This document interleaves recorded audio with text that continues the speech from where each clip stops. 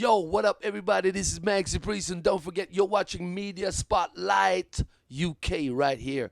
Don't touch that dial. I mean, so bless.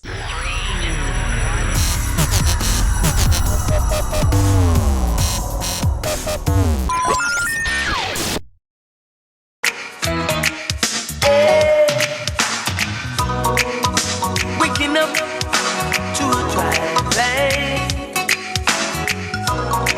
with them glasses in their hand. To the bone I see the cold.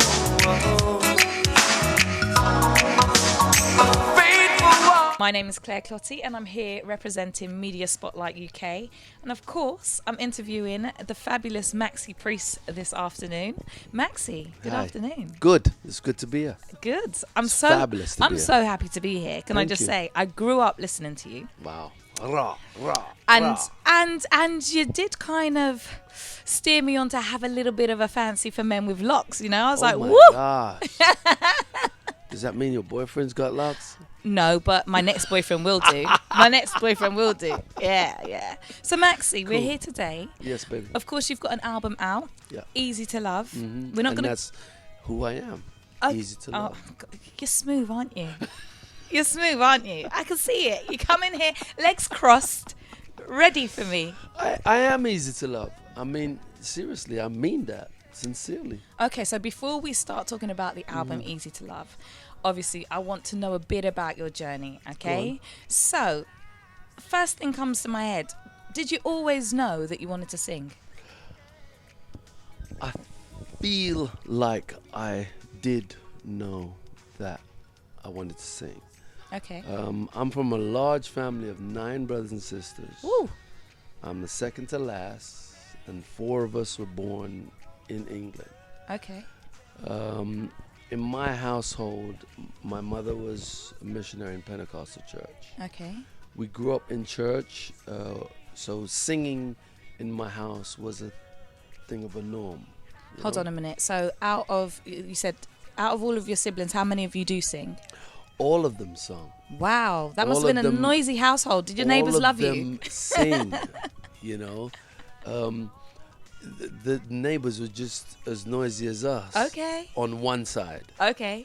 On the other side, Uh-oh. they kept telling us to go home to our own country, and we just couldn't really kind of understand that. You know, Okay. that was some of the difficulties and the climate that we were growing in at the time. But did I know that I was to be a singer? I can honestly sit here and think probably I did. Okay. Because when I look back and think of things like me sitting down watching musicals, Dean Martin, Frank Sinatra, people like that, and my brothers and sisters, I'm going, can we please turn over the TV and Really? watch something else? And my mom would always kind of encourage me to want to do that, because I guess now that I look at it, I think it was just the appreciation of the art of singing and listening it from a different angle. Can I just say, you talked about the art of singing, and I Yeah. always like to ask artists or musicians, what do you prefer to be known as? Like a musician or an artist? I'd prefer to be known as an artist and not to put any kind of limits or any kind of barrier or put me in any kind of box of what I do or what I don't do. There's a massive and a beautiful world out there pertaining to this artistry. And the reason why I say that is that, you know, even from the early days of me coming in this business, I've always wanted to sing different styles of music and songs, and not necessarily only reggae. Okay, so You what know? other styles of songs did you want to sing? I mean, I've done gospel, Okay. I've done R&B, I've done some hip hop, I've done You've done some hip hop? Yes. What's you know? I've done I've done country western. Sorry, hold on.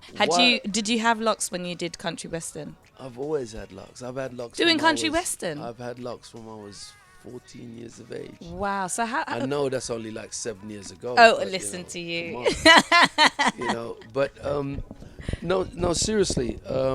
We grew up with country western music. Really? In our household, you'd be hearing like your Jim Reeves, your Ace Cannon, and stuff like that.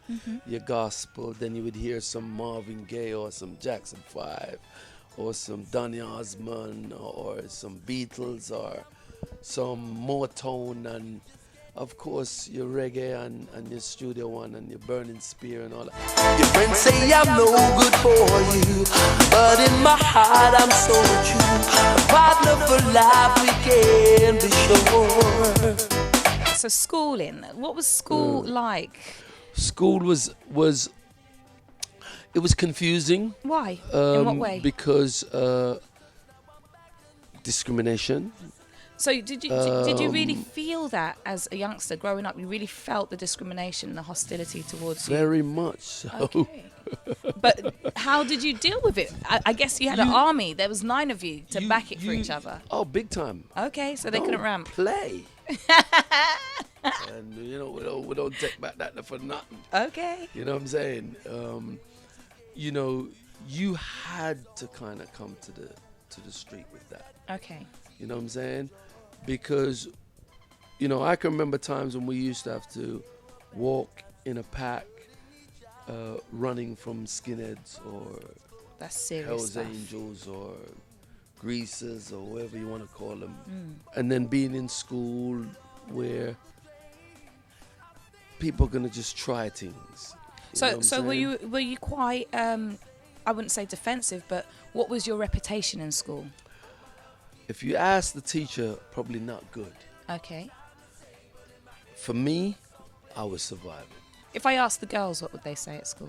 Boy, them love our Maxi Priest. I could imagine that. Rah, Why am I not surprised? rah. It's funny you say that because, my sister's friends, our house would be full of beautiful people. Okay. Yeah. I'm not even gonna go there with you because I can see that grin on your face, and you are just reliving some memories, and I don't want to go there. What are some beautiful people? Okay. Hurting each other, me and you, brought us much closer in the end. There's just too much, we both fall far, so put it all down the drain. So at which point at school, you study the music, you study sports and all the academic courses, but did you feel that there was a certain stage at school that you thought, right, okay, I might take this a little bit more serious, or was it later on in life? Well, my dad died when I was like 14 years of age. That's quite Right. significant. So 14 years of age, we're man. We're like on a building site. Okay. And really, when you check it, a 14-year-old kid's supposed to be at school. So did you have to leave school, is what you're saying? We had to kind of earn a living. And make things happen. Because my parents then weren't rich people. They were working class people. You understand? Trying to make a way in this same society that I was trying to describe to you earlier on. At that point, did more girls come along? Well, we were signing autographs around the sound system way before we even put a record out. I love the way you danced around the issue of the girls. I think if you read between the lines, it means the same kind of thing. Okay.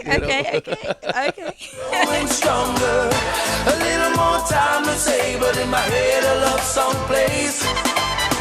Just a little bit longer, baby, for my love.